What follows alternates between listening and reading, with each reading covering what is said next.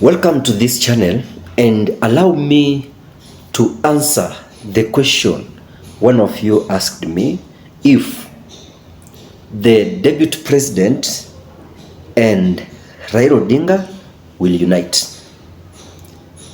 I've come up with this analysis to explain why those leaders are ready to unite. The deputy president might want to unite with Raila Odinga and Uhuru Kenyatta to keep the country stable. Why am I saying so?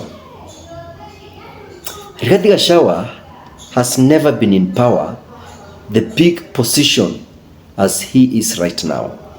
And that's why he wants to unite with those leaders. Before I go deep to this analysis, ladies and gentlemen, if this is your first time here, kindly consider subscribing, turn on the notification bell so that anytime I do videos, YouTube will notify you automatically. And for the returning subscribers, thank you very much for always coming back to support the content of this channel. So this fight's because of you guys, and I don't take it for granted.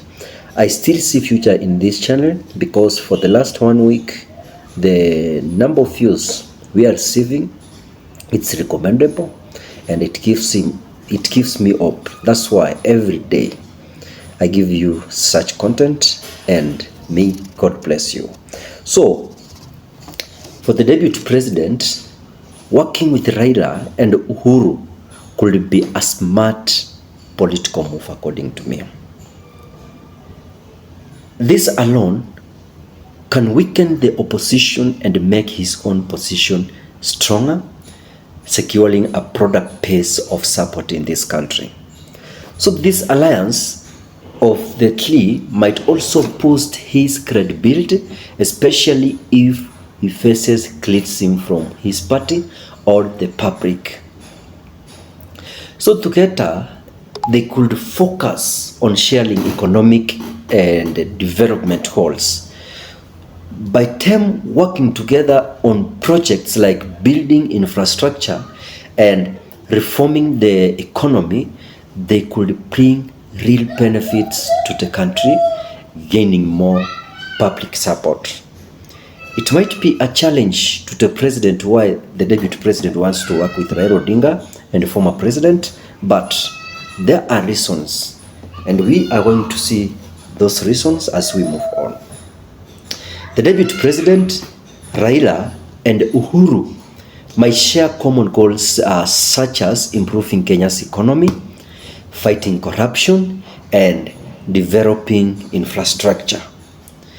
Working together could help them achieve these goals more effectively. A united leadership could also strengthen Kenya's role as a regional power in East Africa. Kenyan politics has a history of forming alliances, even among former rivals. A very good example is 2018 handshake between Uhuru and Raila Odinga. They aimed at a reconciliation and cooperation so that they can unite Kenyans and work together. So this shows that working together for the greater good is possible and can be successful. The international community often favors stability and economic progress. Investors and development partners typically prefer a stable political environment, which could push the deputy president to seek unity with Raila and Uhuru. The deputy president's supporters might see this move as a betrayal of his campaign promises, especially if he opposed Raila and Uhuru's policies before. The differences in their beliefs could make their supporters feel like these people, there's something they want to do behind them. Internal conflicts within the coalition could also undermine its effectiveness. So historically, such alliances in our country have struggled to stay together.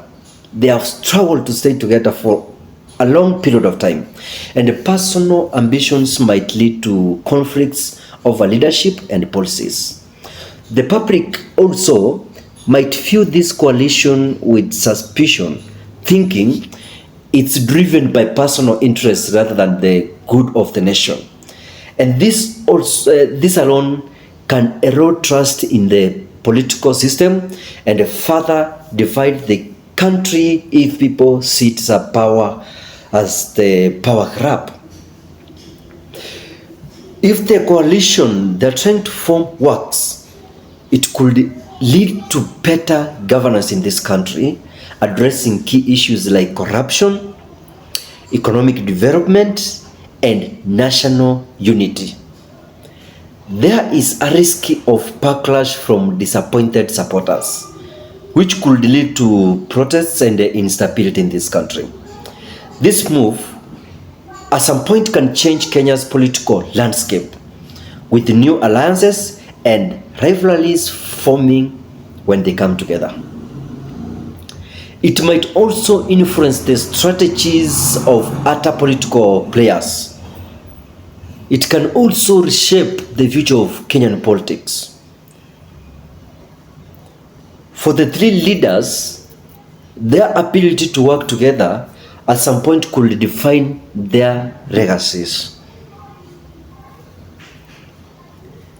They could be remembered as leaders who put the country first, or as opportunists looking out for themselves. When you come to President William Ruto, his reaction to this unity will be very important also. If he supports it, the coalition could gain more legitimacy and strength. If he opposes it, there could be significant political tension in this country. The president's stance could either bolster the unity effort or create further divisions within the government and among the public. To finish this, I want to conclude by saying, uniting with Raila and Uhuru could offer the deputy president opportunities for stability and development in this country, but it also comes with risks and controversies. The success of this coalition will demand on managing their differences, avoiding internal conflicts, and at some point gaining the trust of the people. How President Ruto responds will also play a key role in shaping the outcome. Ladies and gentlemen, without taking much time in this analysis, that one brings to the end of this conversation. If you forgot to subscribe, kindly go back, hit the subscribe button so that you will be notified in my next video. Goodbye.